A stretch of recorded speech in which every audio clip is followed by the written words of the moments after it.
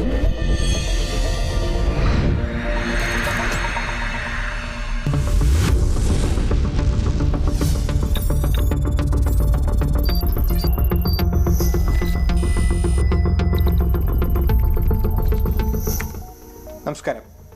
Artificial intelligence തൊഴിൽ രംഗത്തുണ്ടാക്കാൻ പോകുന്ന മാറ്റങ്ങളെക്കുറിച്ചുള്ള ഒരു പ്രോഗ്രാം ആലോചനയിലായിരുന്നു.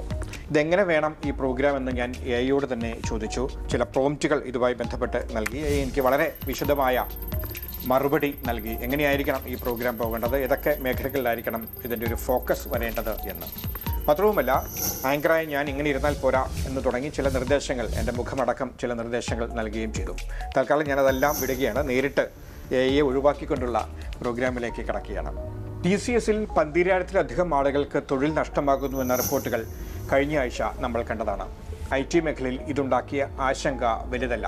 കാരണം ആർട്ടിഫിഷ്യൽ ഇൻ്റലിജൻസ് IT മേഖലയിലായിരിക്കും ആദ്യ ആഘാതം നൽകുക എന്നാണ് പ്രാഥമികമായി മനസ്സിലാക്കുന്നത്. പക്ഷേ എല്ലാ തൊഴിൽ മേഖലയിലും ഇതിൻ്റെ പ്രതിസന്ധി ഉണ്ടാകും. നിരവധി ആളുകൾക്ക് ജോലി നഷ്ടപ്പെടുന്ന ഒരു പ്രശ്നത്തിലേക്കാണ് കാര്യങ്ങൾ പോകുന്നത് എന്ന് പല വിദഗ്ധരും പറയുന്നുണ്ട്. പലരും അതിന് പോംവഴികളും നിർദ്ദേശിക്കുന്നുണ്ട്.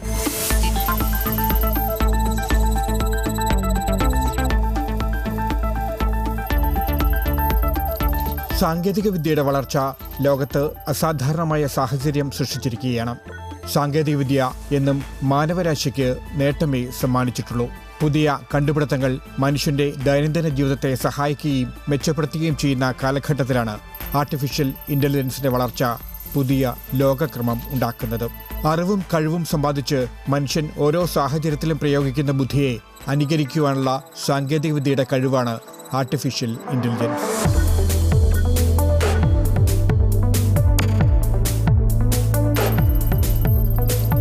നമ്മുടെ ബുദ്ധിയും കഴിവും ആവശ്യമുള്ള ജോലികൾ ചെയ്യുവാനുള്ള മികവ് യന്ത്രങ്ങൾ നേടിക്കഴിഞ്ഞു.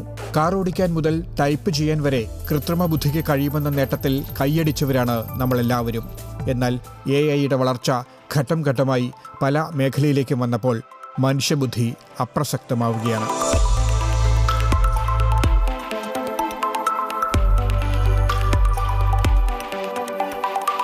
മനുഷ്യൻ മണിക്കൂറുകൾ കൊണ്ട് ചെയ്തു തീർക്കേണ്ട ജോലികൾ ഏതാനും സെക്കൻഡിൽ എഐ തീർക്കുന്നതോടെ പല മേഖലയിലും ജോലിക്കാർ അപ്രസക്തരായി തുടങ്ങി.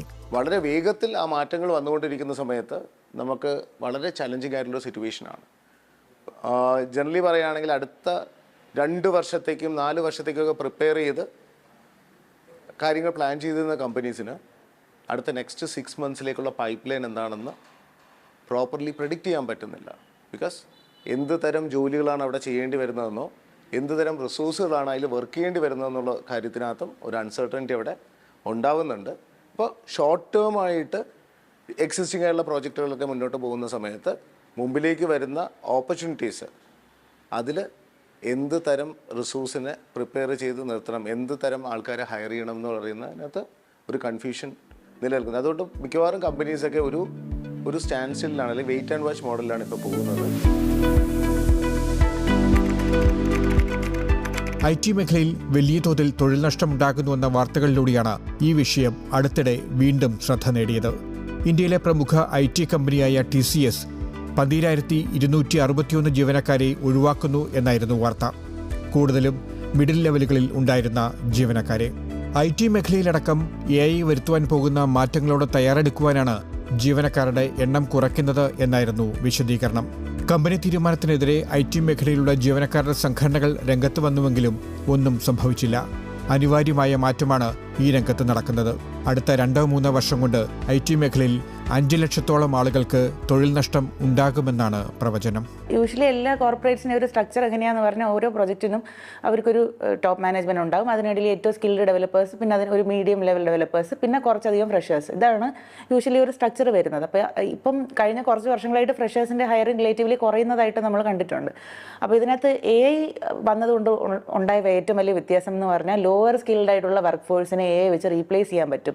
പിന്നെ ഒരുപാട് ഓട്ടോമേഷൻ ടൂൾസ് വന്നിട്ടുണ്ട്. ഇപ്പോൾ ക്ലോഡ് node.ai, bold.ai എന്ന് പറഞ്ഞ സാധനങ്ങളിലൊക്കെ നമ്മൾ പ്രോംപ്റ്റ് എഴുതി കൊടുത്താൽ അതിനകത്ത് വലിയ സെക്ഷൻസ് ഓഫ് കോഡ് തന്നെ അതിനകത്ത് ജനറേറ്റ് ആയി വരും. ഈവൻ ഇൻ്റഗ്രേഷൻസ് വരെ ആ പ്ലാറ്റ്ഫോംസിന് തന്നെ ഡയറക്റ്റ്ലി ചെയ്യാൻ പറ്റും.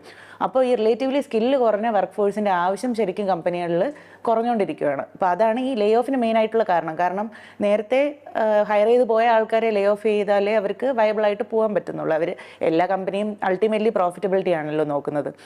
അപ്പോൾ അതാണ് ഈ ഇപ്പം ലേ ഓഫ് നടക്കുന്നു എന്നുള്ള കാര്യം. അത് MNCസിലായിരിക്കും എനിക്ക് തോന്നുന്നു കൂടുതൽ നടക്കാൻ ചാൻസ് ഉള്ളത്. കാരണം അവരുടെ പ്രോസസ് ഫ്ലോ എങ്ങനെയാണെന്ന് പറഞ്ഞു കഴിഞ്ഞാൽ ഏറ്റവും സ്കില്ല് കുറഞ്ഞ ആൾക്കും ചെയ്യാൻ പറ്റുന്ന രീതിയിലാണ് അവരുടെ പ്രോസസ്സ് ഡെവലപ്പ് ചെയ്തിട്ടുള്ളത്. അപ്പോൾ ഈ ഇങ്ങനത്തെ ഓട്ടോമേഷൻ ടൂൾസ് വന്നു കഴിയുമ്പം സ്കിൽഡ് അല്ലാത്ത മാൻ പവറിൻ്റെ റിക്വയർമെൻറ്റ് കുറഞ്ഞുകൊണ്ടിരിക്കും. ഈ വർഷം 15,000 ജീവനക്കാരെ ഒഴിവാക്കുമെന്ന് പറഞ്ഞത് മൈക്രോസോഫ്റ്റിന്റെ സിഇഒയാണ്. അതായത് തൊഴിൽ വിപണിയിലെ പ്രതിസന്ധി ഇവിടെ മാത്രമല്ല, ലോകം മുഴുവനുണ്ട് എന്നർത്ഥം.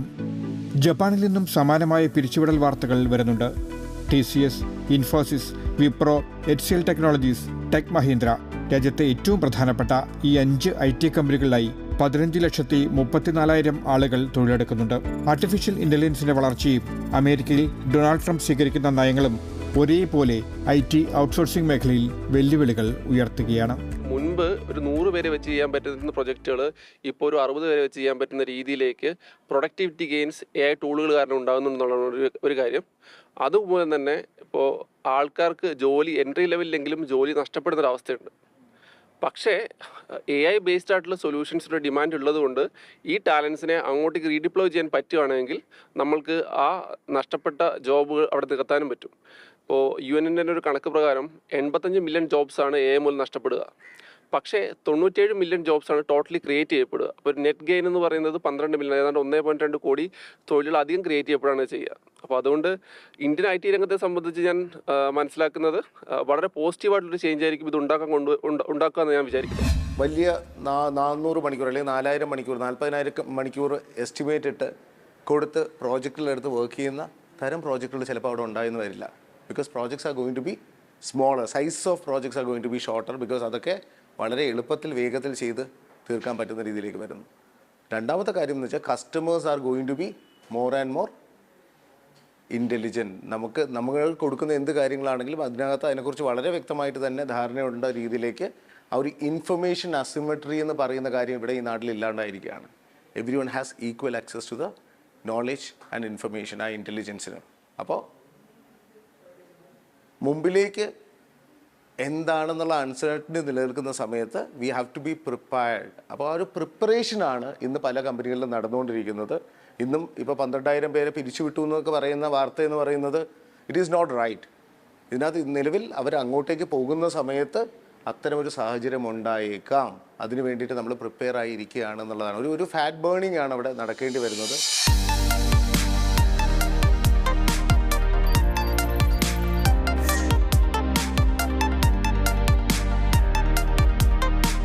വിനോദ മേഖലയിൽ AIക്ക് ലഭിച്ചിരിക്കുന്നത് വലിയ സ്വീകാര്യതയാണ്. അസാധ്യമായത് ഒന്നുമല്ലാത്ത അവസ്ഥ. 100 കണക്കിന് ആപ്ലിക്കേഷനുകൾ, ചിത്രങ്ങളും വീഡിയോകളും അനിമേഷനുമെല്ലാം നിമിഷാർദ്ധം കൊണ്ട് നിർമ്മിക്കാൻ കഴിയുന്ന സാങ്കേതികവിദ്യ. നല്ലതിനെ കൊള്ളുവാനും മോശമായതിനെ ഒഴിവാക്കാനും എളുപ്പത്തിൽ കഴിയുന്നു.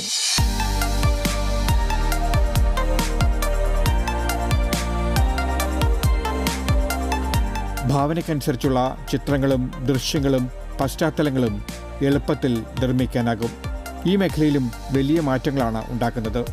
പുതിയ കാലത്തിൻ്റെ മികവും അപ്ഡേഷനുമാണ് ഇനി പ്രധാനം. എനിക്ക് തോന്നുന്നതെന്ന് പറഞ്ഞാൽ ഇപ്പോൾ നമ്മുടെ ക്യാപിറ്റലിസം അല്ലെങ്കിൽ അമേരിക്കനെ പറ്റി പറയും. ഒന്നുകിൽ ഹയർ എൻഡ് ഓഫ് റിച്ച്നെസ് അല്ലെങ്കിൽ ലോവർ എൻഡ് ഓഫ് പോവർട്ടി, ഇതിൻ്റെ നടുക്കുള്ളൊരു ക്ലാസ് ഇല്ലാതെ ആക്കുന്നതാണ് ആ ഒരു സിസ്റ്റം ഇത് ചെയ്യുന്നത്. അപ്പോൾ ഒരു സിമിലർ കാര്യം ഈ കോർപ്പറേറ്റ് സ്ട്രക്ചറിലും നമ്മുടെ ടെക്നോളജിയുടെ കഴിവിൻ്റെ ഡെവലപ്പേഴ്സിൻ്റെ കേസിലും വരുമെന്ന് എനിക്ക് തോന്നുന്നു. ഒന്നുകിൽ വെരി സ്കിൽഡ് ഡെവലപ്പേഴ്സ് അല്ലെങ്കിൽ വെരി മീഡിയോക്കർ ജോബ്സ്. ഡെവലപ്പേഴ്സ് മാത്രമല്ല, മീഡിയോക്കർ ജോബ്സ്. അതിൻ്റെ ഇടയിൽ എനിക്ക് കുറച്ച് കാര്യങ്ങൾ അറിയാം, ഒന്നിലും എക്സ്പേർട്ട് അല്ല എന്നുള്ള ആൾക്കാർ ഫിറ്റ് ഇൻ ചെയ്യാൻ കുറച്ച് ബുദ്ധിമുട്ടാകും. കാരണം അവർ ഭയങ്കരമായിട്ട് റീപ്ലേസബിൾ ആവും AI കാരണം.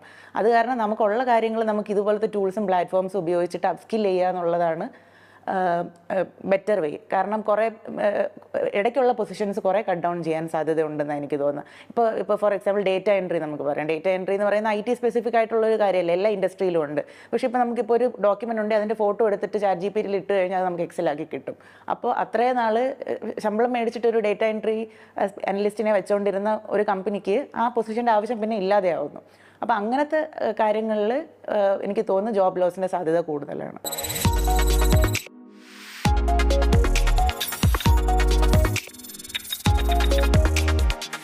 നമ്മുടെ ജീവിതത്തെ ബാധിക്കുന്ന സമസ്ത മേഖലയിലും AI-യുടെ സ്വാധീനം എത്തിക്കഴിഞ്ഞു.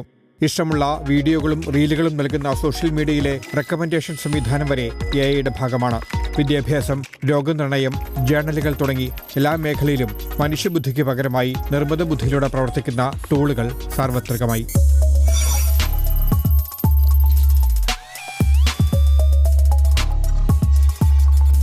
പണി കളയും എന്ന് കരുതിയിരുന്ന AI യഥാർത്ഥത്തിൽ പണി നൽകാനാണ് പോകുന്നത് എന്ന് വിശ്വസിക്കുന്നവരും ധാരാളമുണ്ട്. പുതിയ രാജ്യാന്തര പഠനങ്ങൾ പ്രകാരം AI മൂലം ലോകത്ത് നിരവധി ആളുകൾക്ക് പുതുതായി ജോലി കിട്ടും. പക്ഷേ ആ രംഗത്ത് അവർ വിദഗ്ധരായിരിക്കണം എന്ന് മാത്രം. എൻട്രി ലെവലിലുള്ള ഒരുപാട് പേർക്ക് അവരെ റീഡിപ്ലോയ് ചെയ്യാൻ പറ്റുന്ന സ്കിൽസ് ഇല്ല എങ്കിൽ അവരെ പിരിച്ചുവിടപ്പെടും. അപ്പോൾ അവിടെ ചെയ്യാൻ പറ്റുന്നൊരു കാര്യം എന്താണെന്ന് വെച്ചിട്ടുണ്ടെങ്കിൽ AI സ്കിൽസ് പഠിക്കുക, AI ഉപയോഗിച്ച് സ്വന്തം അപ്ഗ്രേഡ് ചെയ്യുക, സ്വയം നവീകരിക്കുക, സ്വന്തം ജോലി ഓട്ടോമേറ്റ് ചെയ്യാൻ വേണ്ടി AI യൂസ് ചെയ്യുക. ഒരു പ്രൊഫഷണൽ എപ്പോഴും മത്സരിക്കുന്നത് AI-യോടായിരിക്കില്ല, AI ഉപയോഗിക്കുന്ന മറ്റൊരു പ്രൊഫഷണലിനോടായിരിക്കും മത്സരിക്കുക. ഇക്കാര്യം മനസ്സിലാക്കുകയാണെങ്കിൽ വലിയ പ്രയാസം ഉണ്ടാവില്ല. ഇപ്പം മുൻപ് ഉണ്ടാവാതിരുന്ന പല പുതിയ തൊഴിൽ മേഖലകൾ ഉണ്ടായി വരുന്നുണ്ട്. ഉദാഹരണത്തിന് പ്രോംപ്റ്റ് എഞ്ചിനീയർ എന്ന് പറയുന്ന ഒരു ജോലി ഒരു 3 വർഷം മുമ്പ് ഉണ്ടായിരുന്നില്ല. ഇപ്പോൾ പ്രോംപ്റ്റ് എഞ്ചിനീയർ എന്ന് പറഞ്ഞ ജോലിക്ക് നല്ല ശമ്പളം കൊടുത്ത ആൾക്കാരെ ഹയർ ചെയ്യുന്നുണ്ട്. അതുപോലെ എത്തിക്സ്, അതായത് AI-യുടെ എത്തിക്സുമായിട്ട് ബന്ധപ്പെട്ടുള്ള ആൾക്കാർക്ക് ജോലി വരുന്നുണ്ട്. അങ്ങനെ ഒരുപാട് മേഖലകളിൽ പുതിയ ജോലികൾ ക്രിയേറ്റ് ചെയ്യപ്പെടുന്നുണ്ട്. 2 രീതിയിലുള്ള AI റെവല്യൂഷൻസ് ആണ് വരുന്നത്. ഒന്ന് AI ഇൻഫ്രാസ്ട്രക്ചർ കമ്പനികൾ, അതായത് അവർ OpenAI പോലുള്ള കമ്പനികൾ AI ഇൻഫ്രാസ്ട്രക്ചർ ഉണ്ടാക്കും. ആ ഇൻഫ്രാസ്ട്രക്ചർ ഉപയോഗിച്ച് യൂട്ടിലിറ്റീസ് ഉണ്ടാക്കുന്നത്, അതായത് മുൻപ് TCS-ഉം ഇൻഫോസിസും ചെയ്തുകൊണ്ട് പോലുള്ള യൂട്ടിലിറ്റീസ് ഉണ്ടാക്കുന്ന ഒരു കമ്പനികൾ ഇപ്പോൾ ഉണ്ടായി വരുന്നുണ്ട്. പഴയ ട്രഡീഷണൽ ആയിട്ടുള്ള സർവീസസ് കമ്പനികൾ ആ രീതിയിലേക്ക് മാറുന്നുണ്ട്. അപ്പോൾ അവിടെ വലിയ രീതിയിലുള്ള തൊഴിൽ വിപ്ലവം ഉണ്ടാവുമെന്നാണ് ഞാൻ വിചാരിക്കുന്നത്. ആ രീതിയിലേക്കാണ് നമ്മൾ പോകുന്നത്.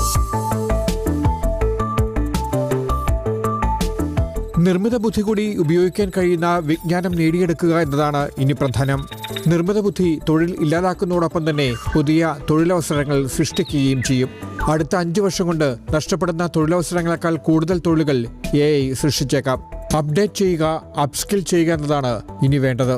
പുതിയ ടൂളുകളാണ് ഇന്ന് ചെയ്യുന്ന കാര്യങ്ങൾക്ക് ആവശ്യമായിട്ട് വരുന്നതെന്ന് പറയുമ്പോൾ ആ ടൂൾ അഡാപ്റ്റ് ചെയ്യാൻ പറ്റാത്ത ആൾക്കാർക്ക് അവിടെ സ്വാഭാവികമായിട്ടും തൊഴിൽ നഷ്ടം ഉണ്ടായെന്നിരിക്കാം.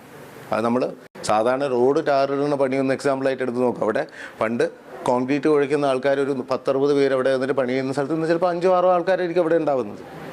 കാര്യം പുതിയ ടൂളുകൾ വരുന്ന സമയത്ത് ആ ടൂളുകളിലേക്ക് അഡാപ്റ്റ് ചെയ്ത് മുമ്പിലോട്ട് പോകാനായിട്ട് തയ്യാറാവുന്ന എല്ലാ ആൾക്കാർക്കും വളരെ മികച്ച ഓപ്പർച്യൂണിറ്റീസ് ഉണ്ടാകുന്ന ഒരു വേൾഡിലേക്ക് തന്നെയാണ് നമ്മൾ പോകുന്നത്. ഈ കൂടുതൽ അവസരങ്ങൾ ഉറപ്പായിട്ടും അവിടേക്ക് ഉണ്ടാവും. AI is going to bring lot of demand for upgrading each and everything into an intelligence era. ആ ഒരു ഇൻ്റലിജൻ്റ് ആയിട്ടുള്ള ആപ്ലിക്കേഷൻസും കാര്യങ്ങളും ബിൽഡ് ചെയ്യാനായിട്ടുള്ള ഒരു ഇറയിലേക്ക് പോകുമ്പോൾ കൂടുതൽ അവസരങ്ങളുണ്ടാവും. പക്ഷേ ആ അവസരങ്ങളിൽ വർക്ക് ചെയ്യേണ്ട ആൾക്കാർ ചെയ്യേണ്ട കാര്യങ്ങൾ ചിലപ്പോൾ ഇന്ന് അവർ പഠിച്ചിരിക്കുന്ന ടെക്നോളജി സ്റ്റാക്ക് വെച്ചിട്ടായിരിക്കില്ല ചെയ്യേണ്ടതെന്നുള്ളൊരു ഡിഫറൻസാണ് അവിടെ ഉണ്ടാകുന്നത്. ഓരോ നിമിഷവും മാറിമറിയുന്ന സാങ്കേതിക വിദ്യയെ സ്വായത്തമാക്കുന്ന പുതിയ തലമുറയാണ് തൊഴിൽ രംഗത്ത് ആവശ്യം. AI റിലേറ്റഡ് ഇൻഡസ്ട്രിയിൽ ഇപ്പോൾ ഫേസ് ചെയ്യുന്ന ഒരു വലിയ ചലഞ്ച് ഉണ്ട്. അതായത് സ്കിൽഡ് ലേബറിനെ കിട്ടാനായിട്ടില്ല. നമുക്കൊരു നല്ല AI ഡെവലപ്പറിനെ അന്വേഷിക്കണമെന്നുണ്ടെങ്കിൽ ദേ ആർ ഹൈലി പെയ്ഡ്. അതിൻ്റെ കൂട്ടത്തിൽ നമുക്ക് അവൈലബിലിറ്റിയും കുറവുണ്ട്. എസ്പെഷ്യലി നമ്മുടെ കേരളത്തിലൊക്കെ നോക്കിക്കഴിഞ്ഞാൽ വളരെ കുറച്ച് ആൾക്കാരെ ഉണ്ടാവുള്ളൂ അത്ര സ്കിൽഡ് ആയിട്ടുള്ളത്. ബാക്കി എല്ലാവരും ഏതെങ്കിലും ഒരു കോഴ്സ് പഠിക്കുക, അല്ലെങ്കിൽ നമ്മുടെ വീട്ടൊക്കെ BCA ഒക്കെ കഴിഞ്ഞിട്ട് നേരെ വന്ന് ഫ്രഷറായിട്ട് ജോയിൻ ചെയ്ത് ട്രെയിൻ ചെയ്ത് അവരുടെ ആ ഒരു സ്കില്ല് മാത്രം വെച്ചിട്ട് പുതിയ ടെക്നോളജീസിലോട്ട് അഡാപ്റ്റ് ചെയ്യാതിരിക്കുമ്പോഴാണ് ഈ ലേ ഓഫ് പോലത്തെ സിനാരിയോനെ പേടിക്കേണ്ടി വരുന്നത്. ശരിക്കും ഈ ഇൻഡസ്ട്രിയിൽ നല്ല മാൻ പവറിൻ്റെ ഒരു ഷോർട്ടേജ് ഉണ്ട്. അതിനുള്ള സ്കിൽഡ് ലേബറിനെ കിട്ടുന്നുമില്ല. പക്ഷേ നമ്മുടെ എക്സിസ്റ്റിംഗ് ആയിട്ടുള്ള നല്ല കോഡേഴ്സിനെ പുതിയ ടെക്നോളജീസിലോട്ട് അഡാപ്റ്റ് ചെയ്യിപ്പിക്കുക എന്നുള്ളതാണ് ഇതിൻ്റെ ഒരു മെയിൻ സൊല്യൂഷൻ. അത് മാത്രമല്ല, ഇപ്പം വർക്ക് ചെയ്യുന്ന ആൾക്കാരായിരുന്നാൽ കൂടിയും ഞങ്ങൾ പണ്ട് പഠിച്ച ടെക്നോളജിയിൽ തന്നെ നമ്മൾ സ്റ്റിക്ക് ഓൺ ചെയ്യുള്ളൂ എന്ന് വിചാരിച്ചിട്ടിരുന്ന് കഴിഞ്ഞാൽ ടെക്നോളജി ഫ്രണ്ടിലോട്ട് പോകുമ്പോഴത്തേക്കും അത് ബുദ്ധിമുട്ടായിക്കൊണ്ടിരിക്കും. അപ്പോൾ ഈ സ്കിൽഡ് ആയിട്ടുള്ള ആൾക്കാർ അവരുടെ എല്ലാ കഴിവുകളും പുതിയ ടെക്നോളജീസ് അനുസരിച്ച് അഡാപ്റ്റ് ചെയ്യാൻ വേണ്ടിയിട്ട് ട്രൈ ചെയ്തുകൊണ്ടിരിക്കുക എന്നുള്ളതാണ് സൊല്യൂഷൻ. കാരണം ആ ഒരു വാക്യൂം ഈ സ്പേസിൽ എന്തായാലും ഉണ്ട്. ഇപ്പം കമ്പ്യൂട്ടർ വരുമ്പം നമ്മുടെ ജോലി റീപ്ലേസ് ആവുമെന്ന് പറഞ്ഞിട്ട് അത് കൂടുതൽ ജോബ് ഓപ്പർച്യൂണിറ്റീസ് കൊണ്ടുവന്നല്ലോ, അതുപോലെ ഏലും ജോബ് ഓപ്പർച്യൂണിറ്റീസ് കൊണ്ടുവരുമായിരിക്കും. സ്കിൽഡ് അല്ലാത്ത ആൾക്കാരുടെ ജോബൊക്കെ പോവായിരിക്കും. പിന്നെ അതേ സമയത്ത് AI യൂസ് ചെയ്ത് പഠിച്ചവനൊരിക്കൽ ഗുണമായിട്ട് മാറും. പക്ഷെ എന്താണ് എഫിഷ്യൻസി കൂടുമ്പോൾ കുറച്ച് ആൾക്കാർക്ക് ജോലി പോകാൻ സാധ്യതയുണ്ട്. ടെക്നോളജി വളരുന്തോറും മാൻ പവർ കുറഞ്ഞു വരുമല്ലേ. നമുക്ക് ഓഫ് കോഴ്സ് ഇപ്പോൾ വർക്ക് പ്ലേസസിലൊക്കെ ആണെങ്കിലും നമുക്ക് നമ്മൾ ചെയ്യേണ്ട വർക്ക് മെഷീൻസ് ചെയ്യുമ്പോൾ നമ്മുടെ ജോബിനല്ലേ അത് എഫക്റ്റ് ചെയ്യണം. ഇപ്പം നമ്മളൊരു പ്രോസസ്സ് ചെയ്യുമ്പോഴത്തേക്കും AIക്ക് എന്തെങ്കിലും ഒരു എറർ വന്നു കഴിഞ്ഞാൽ അത് കണ്ടുപിടിക്കാൻ ഒരു മനുഷ്യൻ തന്നെ വേണം. കാര്യം അതിൻ്റെ സെറ്റ് ഓഫ് കോഡ്സ് ഇരുന്ന് അനലൈസ് ചെയ്ത് എവിടെയാണ് എറർ എന്നുള്ള കണ്ടുപിടിച്ച് അത് തിരുത്തുകയും കാര്യങ്ങളൊക്കെ ചെയ്യാനും നമ്മൾ മനുഷ്യൻ തന്നെ വേണം. ഇപ്പം നമ്മളൊരു ഗ്രാജുവേഷൻ കഴിഞ്ഞിട്ട് ഇപ്പം ജോബില്ലാതെ നമ്മൾ നടക്കുക. പക്ഷേ റിലേറ്റഡ് ആയിട്ടുള്ള കോഴ്സ് ചെയ്യുമ്പോൾ നമുക്കൊരു പെട്ടെന്നൊരു ജോബിലേക്ക് കയറാൻ പറ്റുന്നുണ്ട്. അങ്ങനെയുള്ള കാര്യങ്ങളൊക്കെ ഉണ്ട്. മീൻസ് ഒരു ഗുഡാണ് ഇന്നത്തെ ഒരു ടെക്നോളജിക്ക് ഒരു പോസിറ്റീവ് ആയിട്ടുള്ള കാര്യമാണ്. അപ്പോൾ കുറേ ജോബൊക്കെ റീപ്ലേസ് ചെയ്യുന്നുണ്ട്. ലൈക്ക് മാനുവലി ആളുകൾ ചെയ്തുകൊണ്ടിരുന്നത് ഇപ്പോൾ കോൾ പിക്ക് ചെയ്ത് ഇപ്പോൾ ഡൗട്ട്സ് ക്ലിയർ ചെയ്യുന്ന ആളുകളുണ്ടല്ലോ. ലൈക്ക് അത് വേണമെങ്കിൽ ഒരു AI ചാറ്റ് ബോട്ട് വിചാരിച്ചാലും നടക്കും. പിന്നെന്താ AI ബേസ്ഡ് ഡെവലപ്മെന്റ്സിൽ ഇപ്പോൾ കൂടുതൽ റിക്വയർമെന്റ്സ് വരുന്നുണ്ട്. ഇപ്പം ഈവൻ ഞങ്ങളും AI പഠിച്ചെടുത്ത് അതിൽ പ്രോഗ്രാം ചെയ്ത് തുടങ്ങി. ഫ്യൂച്ചറിൽ AI ആയിരിക്കും മെജോറിറ്റി ജോബ്സ് ചെയ്യുന്നത്. മാനുവൽ വർക്ക് ഫോഴ്സ് റീപ്ലേസ് ചെയ്യും AI. ഡെവലപ്മെന്റ് സൈഡിലാണെങ്കിൽ വെറുതെ ഒരു റിക്വസ്റ്റ് കൊടുത്തു കഴിഞ്ഞാൽ എൻ്റെ കോഡാവും തരും. ഡെവലപ്മെൻറ്റിൻ്റെ നെഗറ്റീവ് സൈഡ് എന്ന് പറഞ്ഞു കഴിഞ്ഞാൽ ജോബ് കട്ട് വരാൻ ചാൻസ് കൂടുതലാണ്. അങ്ങനെയൊക്കെയാണ്. പിന്നെ യൂസേഴ്സിനാണെങ്കിലും അഡ്വാൻറ്റേജ് തന്നെയാണ് AI കൊണ്ട് യൂസേഴ്സിന്. ജോബ് കട്ടിങ് എത്രമാത്രം ബാധിക്കുക എന്നുള്ള കാര്യം മാത്രമേ ഉണ്ടാവുള്ളൂ. എല്ലാവരും ജോലി പോവും. മീൻസ് കൂടുതൽ AI വന്നു കഴിഞ്ഞാൽ പിന്നെ മാൻ പവർ കുറയാണല്ലോ. അപ്പോൾ കൂടുതൽ AI വന്നാൽ എല്ലാവരും ജോലീൻ്റെ ഇത് കുറച്ചുകൂടിയും ഒന്ന് ടൈറ്റ് ആവും. എല്ലാവർക്കും ജോലി കിട്ടാനുള്ള സാധ്യത കുറയും. നമ്മൾ കുറച്ചും കൂടി അഡ്വാൻസ്ഡ് ആവണം, ടെക്നോളജീസായിട്ട് അഡാപ്റ്റ് ചെയ്യേണ്ടി വരും, അങ്ങനെയുള്ള സംഭവങ്ങൾ ചെയ്യേണ്ടി വരും. അപ്പം എനിക്കറിയില്ല, ഇമ്പാക്റ്റ് ഉണ്ടാവുമായിരിക്കാം. ബട്ട് അതർവൈസ് നമ്മൾ അതിൻ്റെ കുറച്ചും കൂടി നമ്മൾ അതിനെ ലേൺ ചെയ്ത് എന്തെങ്കിലും ഓപ്പർച്യൂണിറ്റീസ് ഇപ്പുറത്തെ സൈഡിൽ ഉണ്ടാവും. കാരണം ഹ്യൂമൻ ബ്രെയിനിനെ AIക്ക് ലൈക്ക് അതിനെ ഡിഫീറ്റ് ചെയ്യാൻ പറ്റില്ല എന്നാണ് എൻ്റെ ഒരു വിശ്വാസം.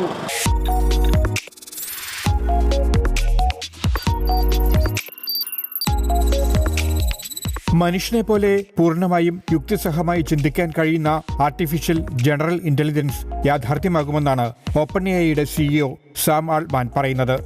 മനുഷ്യന് കഴിയുന്നതെന്തും ചിന്തിക്കുന്ന, പറയുന്ന AGI കൂടി യാഥാർത്ഥ്യമാകുന്നതോടെ ലോകം മാറിമറിയും.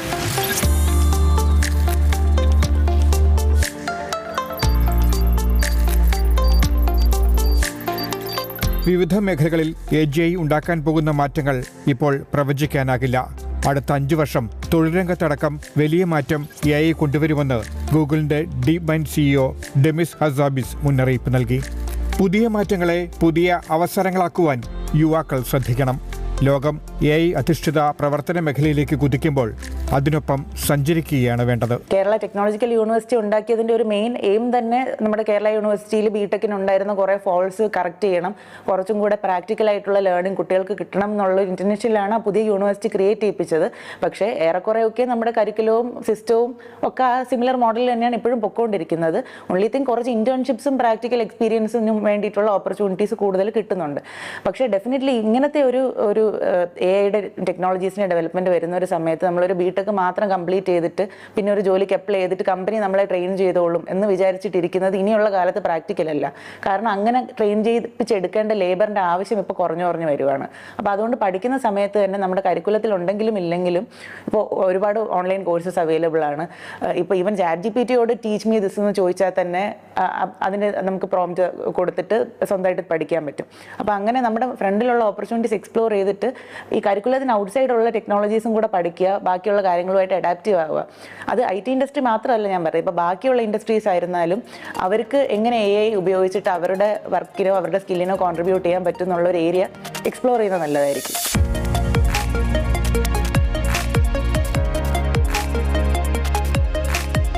IT മേഖലയിൽ തൊഴിൽ നഷ്ടമുണ്ടാകുമെന്ന് നേരത്തെ പ്രതീക്ഷിച്ചതാണ്. പക്ഷേ പുതിയ വെല്ലുവിളികളെ നേരിടുവാൻ സ്വയം നവീകരിക്കുകയാണ് ഈ മേഖലയിൽ പ്രവർത്തിക്കുന്നവരിൽ ഭൂരിപക്ഷവും. TCSനെ പോലെ കൂടുതൽ കമ്പനികൾ ഒരുപക്ഷെ ജീവനക്കാരെ കുറയ്ക്കുന്ന കാര്യം വരുന്ന ആളുകളിൽ പ്രഖ്യാപിച്ചേക്കാം. കണക്കുകൾ പറയുന്നത് 5 ലക്ഷത്തോളം ആളുകൾക്ക് തൊഴിൽ നഷ്ടം ആദ്യഘട്ടത്തിൽ ഉണ്ടാകുമെന്നാണ്. അത് എത്രത്തോളം ഉണ്ടാകണം എന്ന് നമുക്ക് ഉറപ്പില്ല. പക്ഷേ എങ്കിൽ പോലും കൂടുതൽ കമ്പനികൾ ഈ വഴി പിന്തുടർന്നേക്കാം. എൻട്രി ലെവലിൽ ആളുകളുടെ അവസരവും കുറഞ്ഞേക്കാം. പക്ഷേ ഇതെല്ലാം താൽക്കാലികമാണ് എന്നാണ് ഈ വിദഗ്ധരടക്കം പറയുന്നത്. ഈ സാങ്കേതികവിദ്യയെ സ്വായത്തമാക്കിക്കൊണ്ട് പുതിയ തൊഴിലവസരങ്ങൾ സൃഷ്ടിക്കുന്ന ഒരു ലോകത്തേക്ക് തന്നെയാണ് നമ്മൾ പോകുന്നത്.